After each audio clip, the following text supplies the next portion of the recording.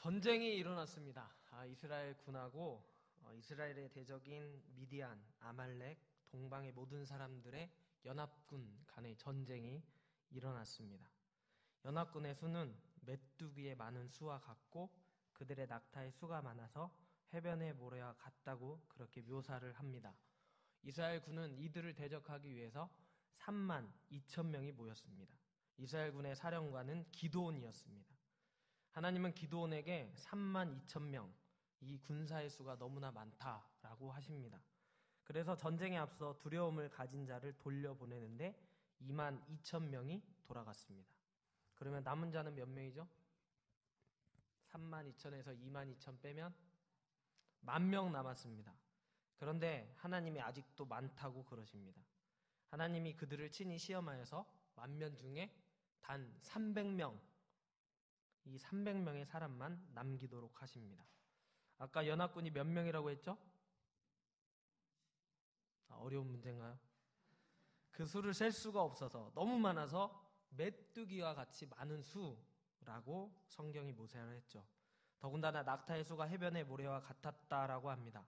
사람만 많은 것이 아니라 거기에 낙타가, 그러니까 오늘날로 이야기하자면 어떤 기갑부대 같은 것, 그런 것들이 갖춰졌다고 할 수 있습니다. 그런데 여기에 대적하여서 하나님은 몇 명을 남기셨다고요? 300명. 3만 2천 대 메뚜기 같은 적군 해도 말도 안 되는 전쟁인데 그 수를 더 빼고 더 빼서 딱 300명 남깁니다. 이것은 진짜 말도 안 되는 전쟁입니다. 그런데 하나님이 이렇게 하신 이유가 있다라는 거죠.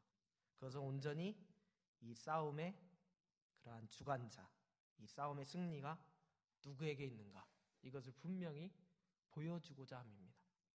조금이라도 그 원인이 우리가 사람이 많아서 라고 하거나 어떤 다른 이유를 찾지 못하게 하려고, 그만큼 당시 사람들이 하나님을 의지하지 않았고 믿지 않았다라는 거죠. 당시 사람들이 하나님을 아예 모르는 그러한 사람들이 아니었음에도 불구하고 말입니다. 이스라엘 사람들은 말 그대로 하나님의 백성들입니다. 그들은 하나님의 백성들이니까 당연히 하나님만 경외해야 됩니다. 그러나 그들은 하나님을 믿는다고 하면서도 자신들이 거하게 된 그러한 땅의 신들을 두려워합니다. 그래서 그들은 그 신들도 믿습니다. 그들은 하나님만 섬긴 것이 아니라 이방인 지역의 그 이방 신들도 함께 섬겼습니다. 이렇게 한 이유는 그들이 땅에서 잘 되기 위한, 그 이방 신들의 특징은 땅의 풍요로움을 가져오는 신들인데 사람들이 땅에서도 잘 되기 위해서 하나님도 믿지만 그 땅의 신들도 믿었다라는 거죠. 자신의 조상들이 믿은 하나님도 믿고 땅의 풍요를 가져다 준다고 하는 이방 신들도 믿었습니다. 이게 가능할까요? 양다리죠. 이것은 결국 하나님을 불신하는 태도입니다. 이것은 악한 것입니다. 이것은 죄입니다. 결국 하나님을 믿지 않는다라는 것입니다. 그들이 하나님을 안 믿은 건 아니잖아요. 하나님도 믿고 했잖아요. 하나님도 믿는 것은 악한 것입니다. 하나님만 믿어야 합니다. 왜냐하면 하나님 외에는 다른 신이 없기 때문입니다. 하나님은 이스라엘 백성의 죄악에 대해서 심판을 하십니다. 이방인들의 손에 그들을 넘겨주십니다. 오늘 본문과 같이 이렇게 되니까 이스라엘 백성들이 당하는 그러한 비참함은 엄청납니다. 그들이 궁핍함이 심한 정도에 이르게 됩니다. 그러니까 이제 그제서야 하나님을 생각하고 하나님께 부르짖기 시작합니다. 하나님은 그들에게 선지자를 보내서 그들이 왜 이런 꼴을 당하게 되었는지를 알려주십니다. 그래서 그 선지자는 그 당시 당대 최고의 강대국인 애굽으로부터 기적과 이사를 통해서 그들이 건짐받은 사실, 그리고 그랬을 때에 이스라엘 백성들이 사방의 나라들, 민족들로부터 두려움이 대상이 되었다는 사실을 말씀해 줍니다. 그런데 그럼에도 불구하고 그렇게 해주신 하나님의 목소리, 다른 신들을 섬기지 말라고, 다른 신들을 두려워하지 말라고 하는 그 목소리를 그들이 듣지 않았기 때문에 이 사단이 났다라는 것입니다. 오늘 본문에 등장하는 하나님의 택하심을 받은 기드온이라는 사람이 있습니다. 이 기드온이라는 사람의 아버지의 이름이 요아스입니다. 요아스는 하나님을 알았습니다.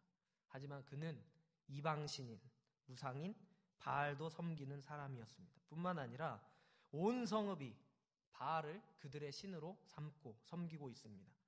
그들은 자신들이 지금 왜 이렇게 비참하게 되었는지에 대해 모릅니다. 그들은 그 궁핍함이 극에 달했을 때 어쩔 수 없이 그들의 조상들과 함께 했었다는 그러한 하나님께 부르짖긴 하였지만 오히려 그들의 진심은 하나님을 원망하고 있었습니다. 오늘 본문을 같이 볼까요? 하나님의 사자는 기드온에게 12절 같이 말합니다. 큰 용사여 여호와께서 너와 함께 계시도다. 그런데 기드온이 이에 대해서 뭐라고 대답했습니까? 13절을 같이 한번 읽어보겠습니다. 기드온이 그에게 대답하되 오 나의 주여 여호와께서 우리와 함께 계시면 어찌하여 이 모든 일이 우리에게 일어났나이까? 또 우리 조상들이 일찍이 우리에게 이르기를 여호와께서 우리를 애굽에서 올라오게 하신 것이 아니냐 한 그 모든 이적이 어디 있나이까? 이제 여호와께서 우리를 버리사 미디안의 손에 우리를 넘겨주셨나이다 하니. 기드온의 이러한 대답은 이런 거죠. 뭐라고요? 하나님이 함께 하신다고요? 하나님이 함께 하신다고요? 대체 그 하나님이 어디 있죠? 있다면 왜 우리가 지금 이런 고통을 당해야 되나요? 하나님이 애굽이란 강대국으로부터 우리를 기적과 이사로 해방시켜 주셨다고 하는데 대체 그런 일들이 왜 지금은 우리에게 안 일어나죠? 정말 하나님이 함께 하시는 겁니까? 그렇다면 이제는 하나님이 우리를 버리셨기 때문에 이방인의 손에 넘겨주신 것이네요. 이 모든 비참한 상황의 원인이 바로 하나님이네요. 이런 궁핍하게 된 원인이 우리가 이렇게 불행한 상황이 될 수밖에 없는 건 하나님 때문이네요. 하나님이 어떻게 이럴 수가 있죠? 오늘을 살아가는 그리스도인 청년들에게도 이러한 마음이 있다는 것을 여러분은 아십니까? 하나님을 잘 믿지 않을 뿐더러 하나님에 대해 들어서 알긴 하여도 하나님을 원망하고 있다는 사실을 말입니다. 하나님을 믿긴 하여도 그 하나님은 지금 나와 함께 하는 그러한 현실의 하나님이 아니라 어떤 판타지 같은 기적의 하나님 정도로 말하자면 미신으로 여긴다는 사실을 말입니다. 그래서 하나님을 믿는 것이 전혀 아무런 도움이 안 되고 오히려 짐같이 여겨지는 시대인 것을 말입니다. 세상의 청년들은 주말을 맞이하면 평일에 하지 못한 것들을 보충을 합니다. 여가를 보내기도 하고 쉬면서 자신의 시간으로 활용합니다. 그와 달리 그리스도인 청년들은 신앙생활이라는 그 시간을 보내야 합니다. 그렇기에 그리스도인 청년들에게는 주말이 마치 시간 낭비하는 그러한 때인 것처럼 보이게 됐습니다. 살아계신 하나님, 역사하시는 하나님이 아니라 그저 어떤 형상적이고 형식적인, 그래서 마치 우상처럼 되고만 하나님 때문에 그리스도인이라고 불리는 청년들은 항상 손해를 보는 듯한 그러한 느낌을 계속적으로 받고 있습니다. 그래서 하나님 때문에가 아니라 부모님 때문에 혹은 저주를 받을지도 모르고 벌을 받을지도 모른다는 찝찝함, 그런 두려움 때문에 겨우겨우 예배만 참석하는 것으로 최선을 다했다고 생각하게 되었습니다. 신앙을 전수해야 될 부모님조차도 이제 그들의 논리에 뭐라고 확실하게 댓글을 해주지 못하는 형편이 되고 말았습니다. 그만큼 세상의 유행은 이미 교회 안에도 들어왔고 교회도 하나님만 믿는 것이 아니라 세상의 유행도 쫓는, 세상의 신도 믿는 양다리의 형태가 되고 말았다는 겁니다. 교회에 잘 다니지 않는 자녀를 둔 부모님들이 한결같이 하는 말이 있습니다. 우리 아이는 어렸을 때는 교회에 잘 다녔다는 겁니다. 교회를 잘 다닌 것과 예수님을 나의 주님으로 믿는 것을 전혀 다른 이야기라는 사실을 모르는 사람이 있습니다. 신앙 전수가 무엇인지조차도 모르는 사람들이 있습니다. 우리가 왜 하나님을 믿어야 하는지를 성경대로 말해주고 가르쳐줄 사람들이 이제는 정말 찾아보기가 힘듭니다. 한국 교회의 교인 수가 줄어들고 있다고 걱정합니다. 하지만 이건 이미 예상된 것입니다. 한국 교회는 성경대로 부흥을 원하지 않습니다. 하나님의 말씀이 살아있는 그런 말씀을 기초한 부흥이 아니라 하나님의 초자연적인 역사를 기대하는 그러한 부흥을 항상 바라고 있기 때문입니다. 역시 미신적인 욕심에 발로한 그러한 부흥이기에 한국의 교인 수는 당연히 줄어드는 겁니다. 혹시 우리도 그런 부흥을 바라고 있지는 않습니까? 지금의 청년들에게 하나님이 누구이신가를 알게 할 수 있는, 가르칠 수 있는 그러한 하나님에 대한 지식을 아는 사람들이 그리 많지 않습니다. 너는 하나님을 알라라고 하나님은 말씀하시지만 대다수의 많은 성도들은 하나님의 말씀은 교역자나 사역자들의 전유물처럼 그 사람들이 많이 알면 되는 것으로 생각하게 되어버렸다는 겁니다. 그러니까 제대로 된 신앙 유산을 어떻게 물려줄 수 있을까요? 그저 들은 대로, 그저 전통대로, 그저 형식대로 그렇게 하는 것뿐입니다. 그런데 그나마 그런 유산까지도 우리의 다음 세대인 지금의 청년들에게는 너무나도 먼 이야기가 되고 말았다는 겁니다. 이제는 나와는 전혀 상관없는 그러한 것이 되고 말았다는 겁니다. 희망은 어디 있을까요? 다른 곳에 있지 않습니다. 하나님이 오늘 본문처럼 기드온을 만나 주셨다는 것, 여기에 있습니다. 이것은 오직 하나님 편에서 하는 짝사랑 같은 겁니다.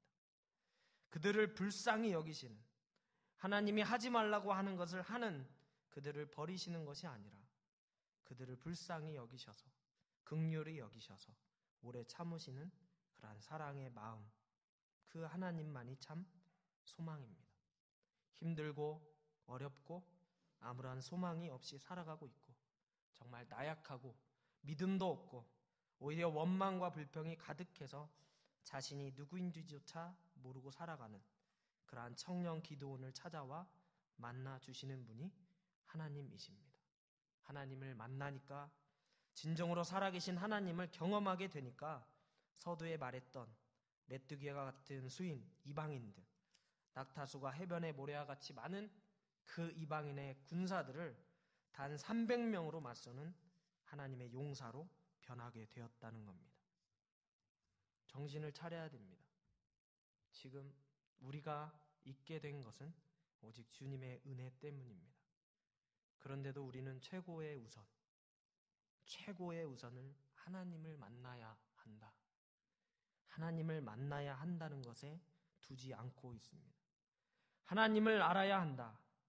하나님을 알아야 한다는 것에 두지 않고 있습니다.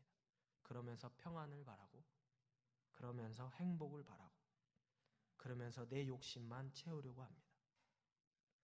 계속 이러고 있으면 다음 세대는 없습니다. 이제 다음에 믿는 세대는 없습니다.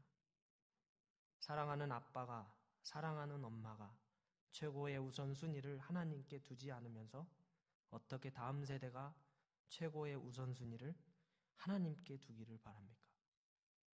지금의 그리스도인 청년들의 아픔과 슬픔과 원망과 불평의 책임은 바로 우리 어른들에게 있다는 사실을 기억하시기 바랍니다.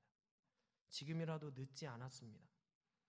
청년들을 어떻게 하려고 하지 말고 먼저 우리 어른들이, 먼저 그리스도인이 된 우리가 하나님 앞에서 신실한 사람으로 더 변화되어야 됩니다.